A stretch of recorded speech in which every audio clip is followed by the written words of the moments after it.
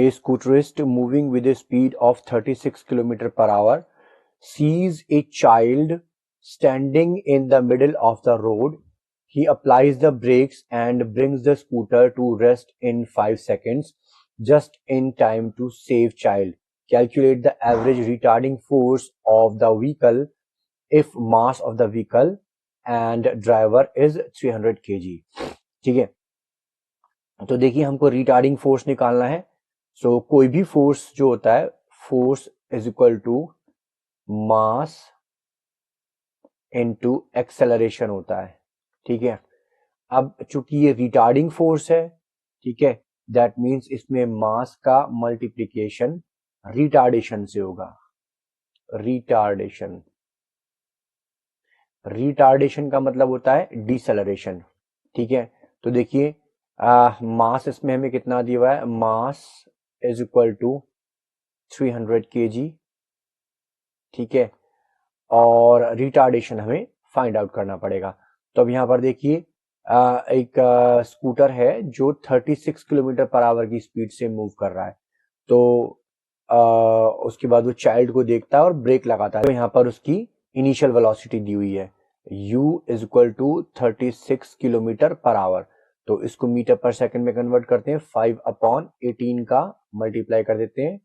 18 two जा 36, that means 10 metre per second की initial velocity आ गई. ब्रेक लगाएगा तो गाड़ी रेस्ट में आ जाएगी.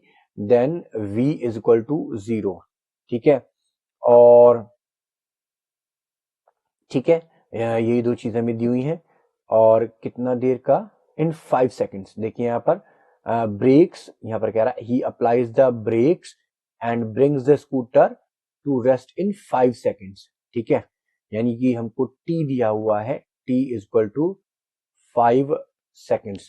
तो अब हमारे पास इक्वेशन होती है v is equal to u plus at.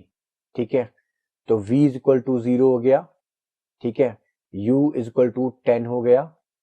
ठीक है, plus a into 5.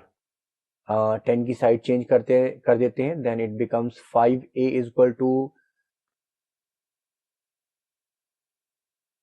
Then it becomes 5a is equal to minus 10. a is equal to minus 10 upon 5, that is -2.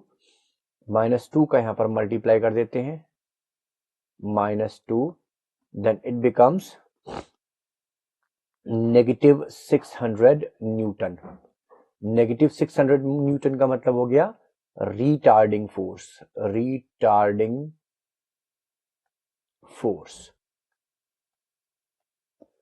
ठीक है, तो ये अगर आपको ये क्वेश्चन समझ में आया हो तो मेरे चैनल को सब्सक्राइब कीजिए, वीडियो को लाइक एंड शेयर कीजिए. Thank you for watching.